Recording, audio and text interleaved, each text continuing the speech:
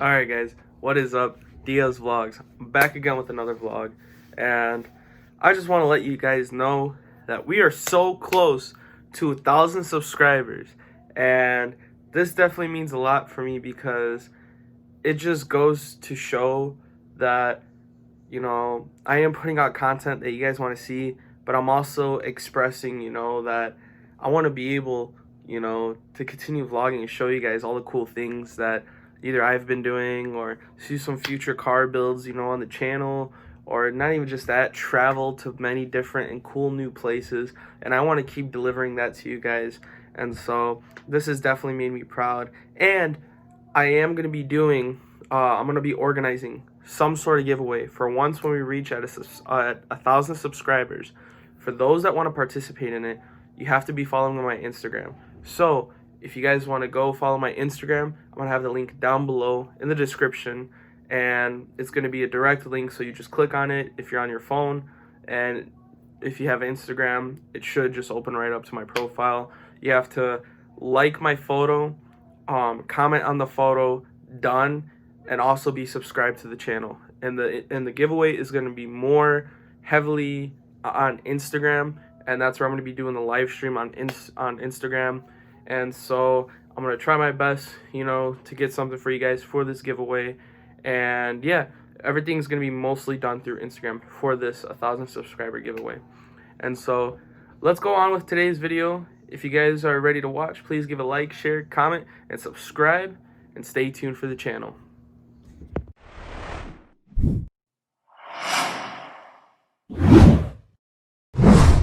Alright everyone, so for today's topic and video, I'm going to be talking about what to expect from a lube technician job, but also I'm going to explain more of, what I had to expect, because for the simple fact that I don't want to tell you guys something, and then some people expect it, to be exactly what I said. There's many different lube technician jobs that are very different from each other, and depending where you are going, whether it's a dealership, independent shop, or wherever you're going, service center, like an express place. So I'm gonna explain it, what I had to do, and hopefully it can help you guys for what it can help you guys have to do. But you're still gonna have to find your own path into it, because I don't want to say something and claim that every single place is the same thing, and then it's completely different for when you actually go in. So that is something I do have to say and mention before I go ahead.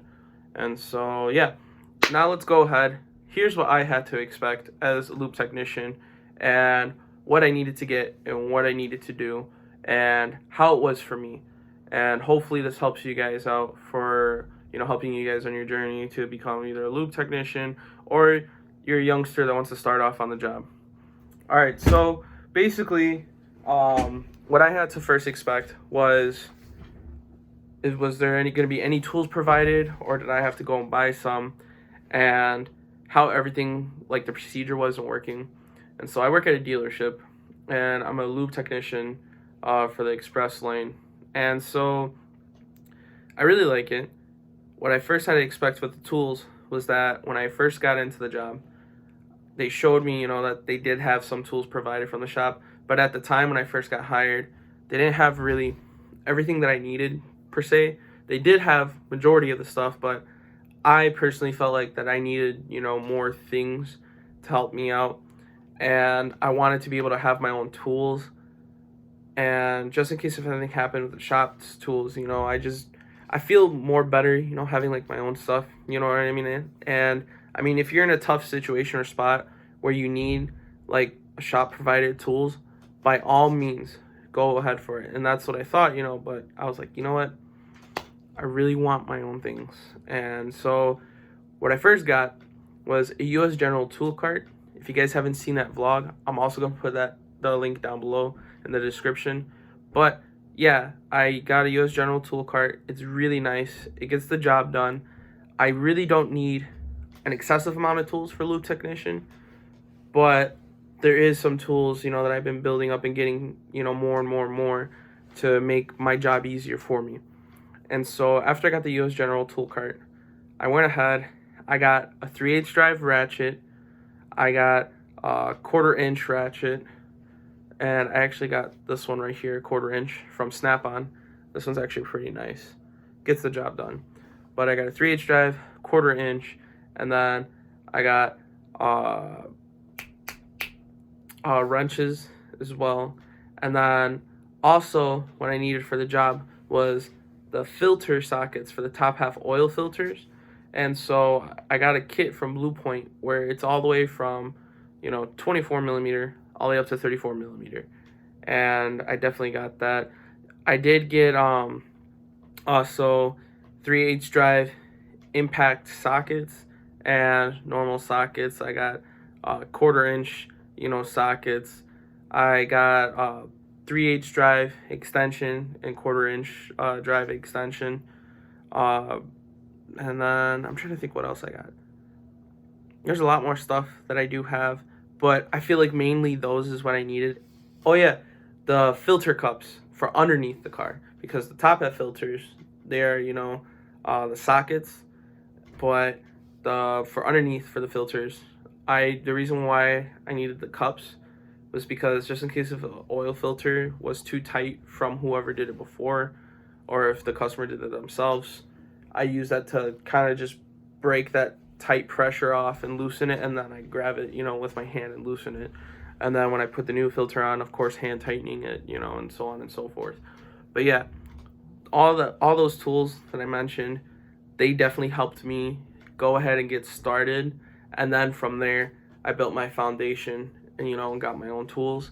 And another thing that I had to look out for was, because I also do tires and I also have to torque the wheels down when we do tire rotations, is a torque wrench for the wheels, and and to tighten like the lug nuts, or for like European vehicles, like the lug studs, they're like basically all in one.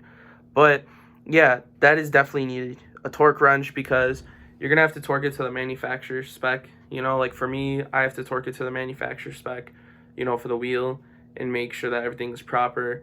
And the torque wrench, I remember back then when I used to work at a different shop in the past, my old coworker had like the digital torque wrench, and I fell in love with it. It was a Snap-on digital torque wrench. I know it was uber expensive, but that's what I'm working on right now. I'm trying to get that. And right now what I'm using, I think it's a Pittsburgh torque wrench from Harbor Freight, and that's actually been working really well. It's a spring twist one. And so basically what I really recommend with those for sure is that after when you torque like the wheel to where you need it, say for example like 110 pounds of torque, and then always reset it, loosen it, and then set it back to 0 so that the spring is not always tensioned, and then it just messes up the spring, you know what I mean? But yeah, that is also definitely really needed, because some places as a lube technician, some places you're going to be doing tire rotation. Some places you're not going to be doing tires at all, not even touching a tire. I mean, you might be inspecting a tire, but not touching the tire. But yeah, I feel like I'm kind of dozing off a little bit. A lot of stuff's been going on these past couple days, like crazy stuff. But what else? What else? Oh yeah, I also have an air impact gun, 1/2 inch, which is pretty nice. That I use to tighten up like the lug nuts, with also like the torque extension, and then I bring the vehicle down and then torque it with the torque wrench and make sure everything's done properly. Sometimes too, like if there's something like stubborn of that size, which I really haven't used that gun for anything else but for just tightening wheels. But I do need to use the air impact gun, impact wrench gun, the 1/2 inch drive. What's another thing too? What I had to expect was how many vehicles I was going to be doing a day, and like if I was going to have something like specifically for each one, because each vehicle is different. You want to make sure that you're looking at what I need for the future, and then you get what you need, so that you're not stuck on one vehicle. Like say if the service writer or your manager or boss or whoever comes up to you and says, hey, like you got to do this vehicle, it's different from the other one, go ahead and get started on it, and then you realize you don't have like the right tool for it. You want to make sure that you're prepared. That is one key thing, is that you have to be prepared for what vehicle comes in through that door, garage, wherever it is. Be prepared for it. It's not going to be that it's bad. It's just, go ahead and get ready. You got to get stuff in and out, get it going. And that's what I kind of had to learn, because I remember when I first got in there, I was like, oh, this is not bad, just oil changes, tire. No. Like, I had to literally dive up in there, and collect my thoughts really quick and be like, okay, this is what I got to do right now. This is what it says, on the RO. Okay, let's go ahead and get started and get working on it. Like, I remember a couple days ago, I did a light bulb for, what's that one vehicle? For a Dodge Challenger, and I had to make sure that I had my little Torx with me, because there's some Torx, for like the hardware and stuff, and go ahead and remove, basically that plastic cover, and the wheel well and the pins, and go ahead and quickly observe, grab my little head flashlight and see what I was working with. And you always want to see what you're working with first. You don't want to just, dive like right into it and just be like rushing things. You really want to, not take too much time, because some places might be, time operated, but you want to really observe with what you're working with and see if there's actually anything, like messed up as you're getting to, your work. Like, say for example, if I go through like the wheel well for the light and take the cover off, I want to inspect, hey, like, are all the wires good? Is everything else good for the customer, so that it doesn't come back to you? And you want to make sure just everything is nice and tidy and good. Same thing with the wheels, after when you do a tire rotation, do not forget, like, just don't forget to torque the wheels. Like, make sure to remember to torque those wheels down, and also too, make sure your drain plug, oil filter, they're nice and tight, hand tightened. They're not overly tightened, but they're not loose. You know what I mean? Like, you don't want to have a car come back with a loose oil filter. No, it is a bad, bad. What the heck is going on in the other room? It sounds like a war zone. You guys just heard that? Man, they're going crazy. But anyways, yeah, you want to make sure that vehicle does not come back, and that there's not problems. And another thing that I had to expect, and to kind of figure out like right off the bat, is make sure, that you inspect, like the vehicle when it first comes in. Like, inspect everything. Make sure everything is okay. Just like how I said about that wheel well with, the cover going into like the, the well.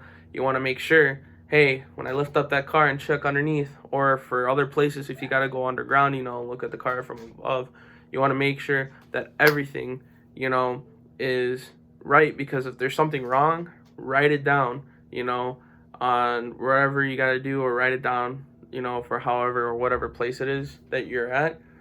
And then let like your boss, or let, the service writer, or let, whoever know, and be like, hey, like, this is messed up. Customer came in with the vehicle already like this. You want to make sure that you have everything down packed. You know what I mean? You don't want the job to be a sloppy job either. You want to make sure, you do the best to the ability that you can, and that you know what you're doing. How I got inspired, to get into like the automotive technology and stuff is, like, I want to be able to learn how to, like, do cool things like with cars in the future, because hopefully I want to be able to get some projects on this channel and get some stuff going, you know what I mean? And I want to provide some cool content with that. But in order to do that, I have to learn. And so what I did is, I started off going on YouTube, and just started watching these videos. But I kind of looked at every video like, what, not every video is going to be right, but not every video is going to be wrong. So, from old cars that I had in the past, I started working on them on my own, and taking stuff apart, putting it back together, taking stuff apart, and then putting it back together, and then kind of learning like that. But I decided, I want to go to trade school and level up, to the next ability, and get stuff really down packed for me. And also, the reason why I'm even a lube tech now is because I want to learn as a lube tech, like, hey, like, I want to get the simple stuff, down packed, of course, and, it betters to my knowledge and ability. And also, it's something that I like to do, you know what I mean? And if it's something that you guys want to do too, and that if you're a youngster watching this video and that you want to go ahead and become a lube tech, go for it. If you really want to, use this as your starting basis for your journey to become an automotive mechanic, in the future, I definitely think it's a good start, And if you're coming, from nothing and no experience, I definitely recommend, like try going, to either the small places, maybe like a Jiffy Lube or Walmart, or go to, like a small service center shop and see like whatever you guys want to do, and and check it out and study and research, because you have to have experience, and then build up from that experience to move on to the next level. And so I honestly hope that this covered, a lot. Um, telling you guys, I'm definitely running short on time because there's something else that I got to do right now. Um, leading to, a lot of stuff has been happening, in like my private life and all that. But if you guys definitely enjoyed this video, please give a like, share, comment, subscribe. And once again, guys, we are so close to 1,000 subscribers, and I'm definitely really happy and excited, and so if you guys have watched this video all the way to the end, make sure to hit the Instagram link down below to my profile, and then you're gonna see the thumbnail for this video. Hit like on that photo, and then comment done, and also be subscribed to the channel, so that when we hit 1,000 subscribers, I'm gonna go ahead and get everything organized, and then we'll go ahead and do something for the giveaway. And once again, in order to participate in this giveaway, the people who want to participate in this giveaway must be in the United States and have like a mailing address, so that I can mail the giveaway product to you guys. And yeah, once again, everybody have a good, safe rest of the night and day. Diaz Vlogs is out. Alright guys, thank you for watching. Please give a like, comment, and share, and subscribe.